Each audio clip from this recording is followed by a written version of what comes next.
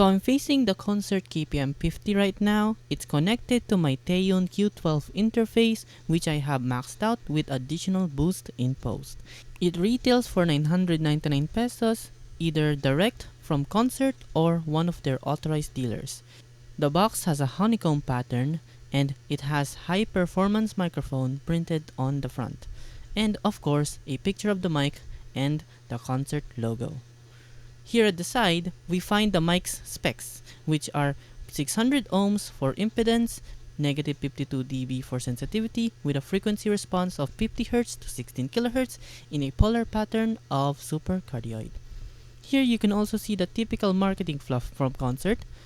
High quality performance, state-of-the-art technology, uniform frequency response, max sound efficiency, improved vocal quality and presence, superior sound engineering, so on and so on. As for what you get in the box, there's a separator foam that you're just gonna trash anyways. A 10 meter PL/6.35mm cable, which we're not gonna use. We will be using an XLR cable to connect this to the interface. There's an on-off switch, which is standard on karaoke mics. It's not as clicky as on other mics, but it's tactile enough. And here is what the capsule inside the mic looks like. You can see the Konzert logo printed all around. As for the weight, 395 grams is what I got. It also comes with an instructions page inside the box, which is slightly too big, so it comes a little folded there. And speaking of the instructions page, I am speaking right now about 10 centimeters from the mic, as is recommended in the instructions as the ideal distance from the mic. But if I now make it about a hang loose, now I'm one hang loose away from the mic. This is how it sounds, one hang loose. And this is how it sounds when I get right on it and really exaggerate that proximity effect. This is how it sounds when I'm 1 meter away from the mic. And this is when I'm 2 meters away. So far you've heard the KPM-50 in a regular room without any kind of treatment.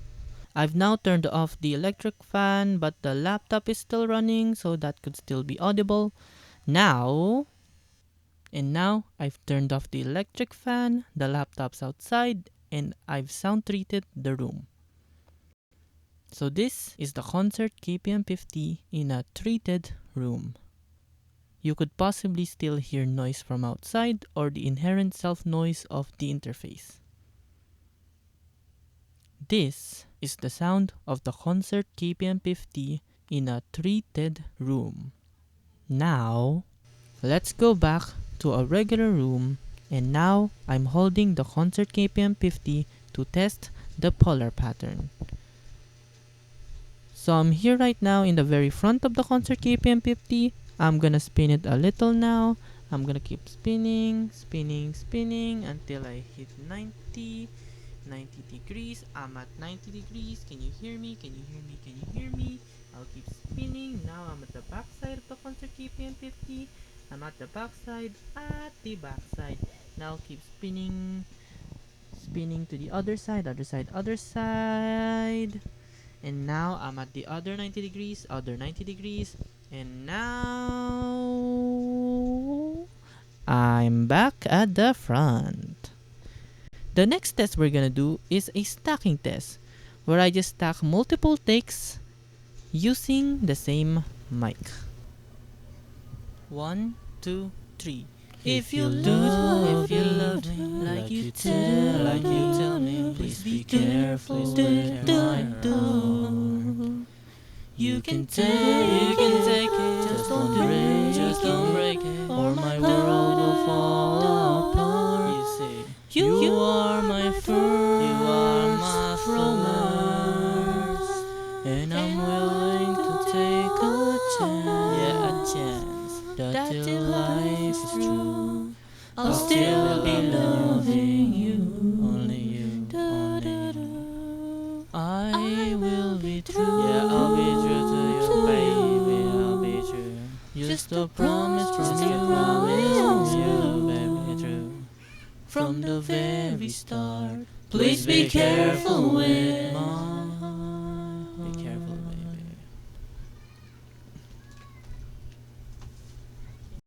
So for my final thoughts, I've put the foam shield on the KPM-50 because I noticed I popped it before. Sorry to those who are sensitive to that. I've also put it off to the side, not straight on my mouth anymore, to again avoid popping. So my thoughts is I wish Konzert had published more specs. The only reason why I bought this is because of the available specs. But if the specs were more complete, I'd have been more confident to have nabbed it sooner. But it's still good that they have specs. However, it would have been better, especially if we had like the frequency response graph. Would have been nice if Konzert provided that. I mean, they probably have testing equipment for speakers and that they use to tune their speakers. I'm sure it could accommodate testing microphones as well. So hopefully they consider doing that.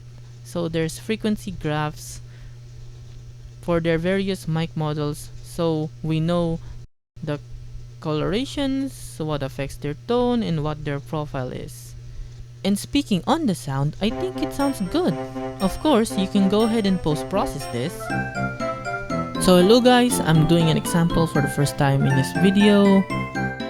I've processed the Konzert KPM-50 with more than just a gain boost, but rather now there's actual noise reduction being applied, there's EQ or whatever else I've done to salt to taste the sound.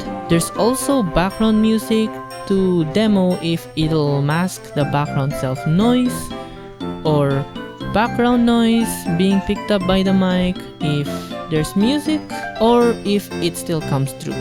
So example, just pretend that I have something important to say or I'm playing something. Would you watch this audio? Think about if you would. Because if you're considering this, consider the audience perspective. Because ultimately, it is up to the audience if they accept these qualities. So, aside from that, is this a viable setup? I would say yes, although it's not as easy to use as a USB mic. If you have concerns over longevity and build quality, you don't gotta worry about that with the KPM-50 because it's all metal and it's a dynamic mic. That means if it gets thrown, if it gets dropped, there's a high chance it'll still work fine. Does it still work? I think it do. You should always take care of your stuff, but in case something does happen, rest assured you got nothing to worry about with the KPM-50. As for comparison in terms of sound quality, I think the KPM-50 can fight in sound quality in the 2,000 peso below range of USB mics. But once you pair it with a better interface, more expensive than the Q12, I start doubting the value versus the best USB mics in the same price range. Still, if you're motivated or you already have a better interface than the Q12 and you want a mic upgrade or getting your first mic, I would say this is a very attractive option. But I am curious to test for myself how well this performs with a better interface. So if you want to help me do that, consider supporting the Mic Fund over at my Ko-fi.